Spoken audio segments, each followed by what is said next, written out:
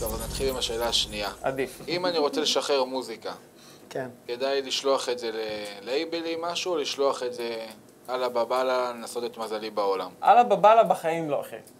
אז מה? אל תעשה שום דבר הלאה בבאללה. קודם כל, תעשה רפרנס עם מוזיקה שאתה אוהב של אומנים אחרים, כדי שלא תעשה עצמך פדיחה בעצם, שלא תגיע למצב ששולח ללייבל וזה נשמע על הפנים, והרבה אומנים צעירים מהדור החדש עושים את זה, ויותר לא יחזירו אליהם, ויותר גם לא יפתחו את המייל שלהם, כי מלכתחילה המוצר היה לא טוב.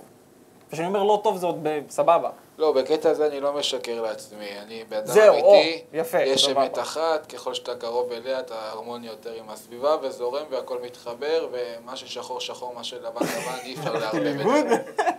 כן, חיים פעם אחת לצערנו. לגמרי, בכל הקלישאות שאפשר. והדבר השני, נזכרתי שהוא קשור לאללה בבאללה. כן. ופלי את האסימון.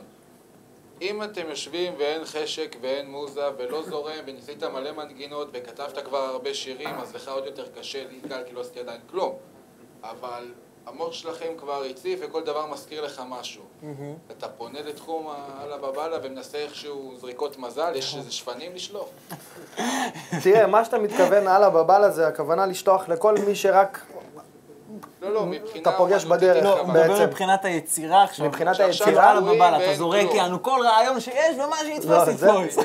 מבחינת היצירה, היצירה זה צריכה לא להיות עובד כזה מסודרת, ככה, כן. היצירה צריכה להיות הגיונית. כמו שרז אמר, לעשות רפרנסים עם אומנים שאתה שואף להיות כמוהם, או ברמה שלהם, או אומנים שאתה אוהב, או סתם דוגמה ללייבלים שאתה רוצה לשלוח, אז יש להם אומנים. אז אם אתה עושה רפרנסים עם האומנים האלה, והמוזיקה שלך נשמעת פלוס מינוס מבחינת סאונד והפקה ועיבוד ורעיונות, תפקידים, הכל, אם זה נשמע בערך אותו דבר, אז אני חושב שאתה יכול פשוט להתחיל לשלוח לאנשים מקצועיים, אתה יודע, אבל אתה צריך להגיע לרמה עם עצמך, שאתה יודע ובצורה אמיתית ושקופה, שהיצירה שלך באמת ברמה שהגעת לרמה הזאת של היצירה שאתה רוצה, בשביל להתחיל לשחרר מוזיקה. אז זה קודם כל אתה צריך להגיע עם עצמך, ובאמת לבדוק שזה באמת ככה, ואתה יודע, לשלוח לחברים, ואם אתה מנגן, אז לנגן אותה ולראות איך היא נשמעת ברחבה, איך היא נשמעת לעומת סטים אחרים. אני ממליץ לך לשלוח לבן ואם אדם הגעת שאומר לרמה לך הזאת, שזה אז לא טוב. אתה יכול לשחרר. תשלח לחבר שלך שאומר לך שזה לא טוב תמיד, תמשיך אליו לשלוח. אלה שאומרים לך זה טוב, אל תשלח להם יותר. את האמת, אז אני אגיד משהו שלא התכוונתי. בכיף. במסיבה שהייתה שלנו, ניגנתי פעם ראשונה עם מוזיקה שלי 20%, סאונד מאפן, אני יכול להגיד הרבה דברים, והופתעתי מאוד מהתגובות של הקהל, כאילו, מהמוזיקה שלי לא האמנתי. זה מצוין. מדהים. אבל אני יודע שבמקומות אחרים, כי אני בן אדם אמיתי, בלייבל זה לא יתקבל, ואפילו... למה? לא נכון, אם זה עבד במסיבה, תהיה בטוח, סאונד זה לא הדבר היחיד.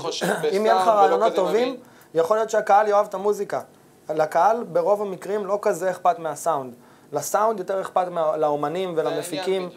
אלה האנשים שיותר אכפת להם מהסאונד. אבל אם יהיה לך רעיון טוב עם סאונד לא משהו, הוא יכול לעבוד. הוא יכול לעבוד וגם לעשות אותך כוכב. אבל אם אני אשלח את זה ללייבל, אז יכול להיות שבגלל ששם מקשיבים ומאזינים לכל הרכשים הקטנים ומחפשים גם את הנקודות. תראה, אם הלייבל יראה שאתה מנגן את הטרק, ואנשים נהנים מהטרק ויש לך וידאוים שמוכיחים את זה, גם אם הסאונד שלך יהיה פחות טוב, אני מאמין שישחררו. לא מדבר על איזה לייבל ספציפי, כי יש לייבלים שכן, יגידו לך, אוקיי, תשלח למאסטר או זה. יש אנשים שגם ינסו לעזור לך בעצם, אתה יודע, אם אתה באמת כל כך טוב ברעיונות ותפקידים, ואתה לא כזה טוב בסאונד, אתה תמצא את הדרך להגיע לסאונד הנכון, ושהיצירה שלך תהיה ברמה מספיק טובה, אתה יודע.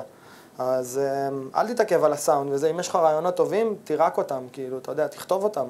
כן, זה תמיד עדיף. הסאונד ישתפר עם הזמן, כל טרק שתעשה, הסאונד שלך יהיה יותר טוב. וכמובן שאתה יכול להיעזר באנשים, וגם יש אנשים שעושים מהם מיקס ומאסטר, אז גם אליהם אפשר לפנות.